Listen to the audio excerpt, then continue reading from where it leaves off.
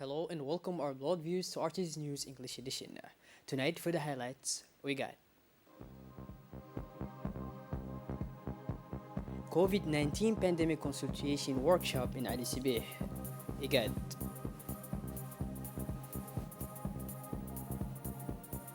And on the international scene, September 11th commemorations, Joe Biden calls for unity among Americans in the United States. Those were the major top storylines for tonight. Welcome back to our newsroom, our beloved viewers. The Minister of Decentralization, His Excellency Mr. Qasim Harun Ali, moved accompanied by the Minister of Interior, His Excellency Mr. Saeed Nuh, and the Director General of ADDS, Mr. Mahdi, to Ubuk to see the state of the place and come to the aid of the victims.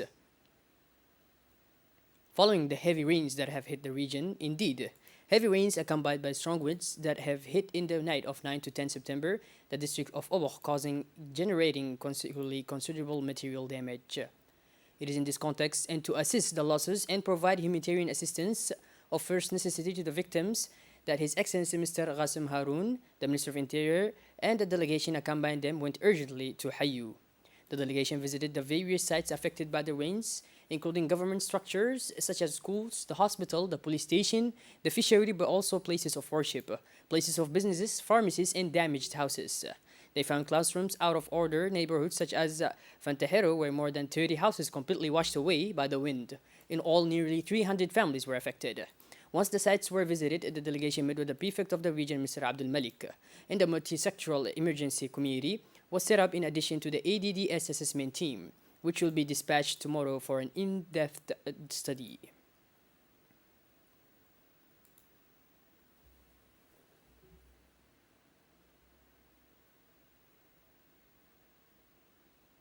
As we are seeing in the images, that the rains damaged the houses.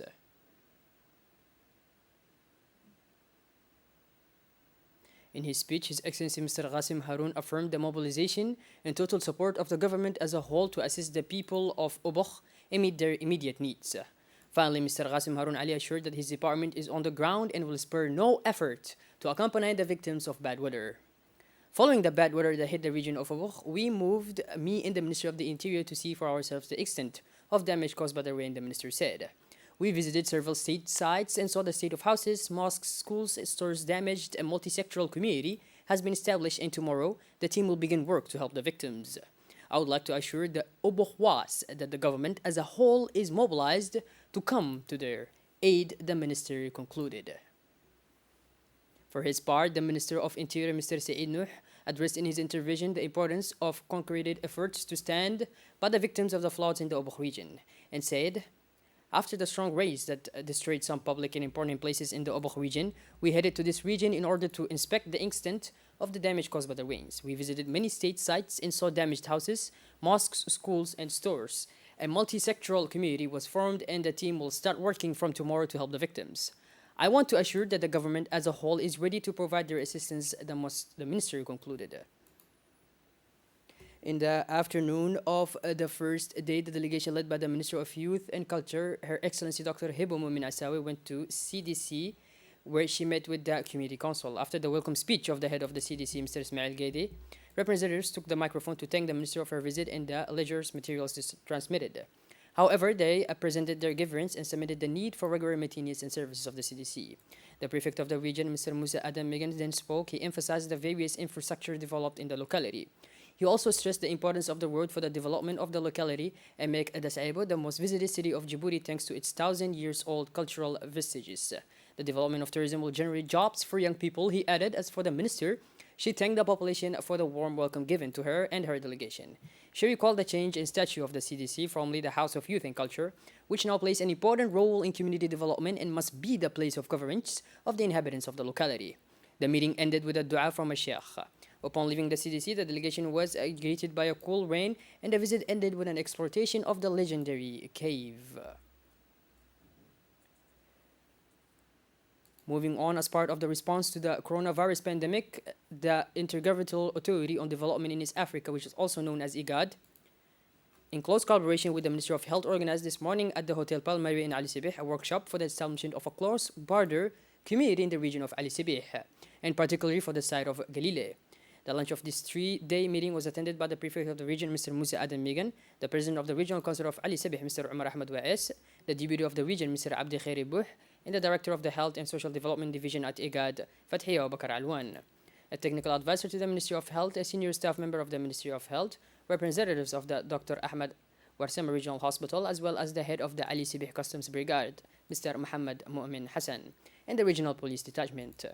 The cross-border community will provide a platform for local stakeholders to actively participate and engage in the fight against COVID-19 and other epidemic diseases, surveillance and response activities at the border in the Ali Sabih region.